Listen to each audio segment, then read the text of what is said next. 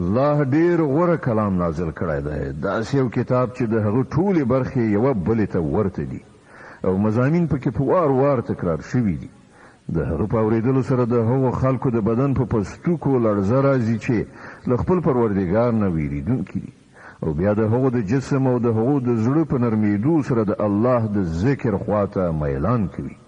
دا د الله هدایت دی، چاته چې خوښه شي په دې سره یې سمې لارې ته راولي، او چاته چې الله هدایت ونه کړي د هغه لپاره بیا هیڅ هدایت کوونکی نشته. اوس ته د هغه چا د بدحالۍ څخه اټکل کولی شي چې د قیامت په ورځ پر خپل مخ باندې د عذاب سخت ګزار واخلي؟ دغسې ظالمانو ته خو به وویل شي چې اوس د هغې ګټې خوند وڅکئ چې تاسې کوله. له دې نه مخکې هم ډېرو کسانو همدغسې د حق کلام ته د دروغو نسبتونه کړي دي. په پای کې ورباندې له داسې لوري عذاب راغی چې له هغه لوري نه د هغو ګمانه هم نشو کې. بیا الله د دنیا په ژوندانه کې د رسوایي خوند په هغو باندې وڅاکه، او د آخرت عذاب خو له دې نه لا زیات سخت دی. کاشکې دوی پوهېدلی.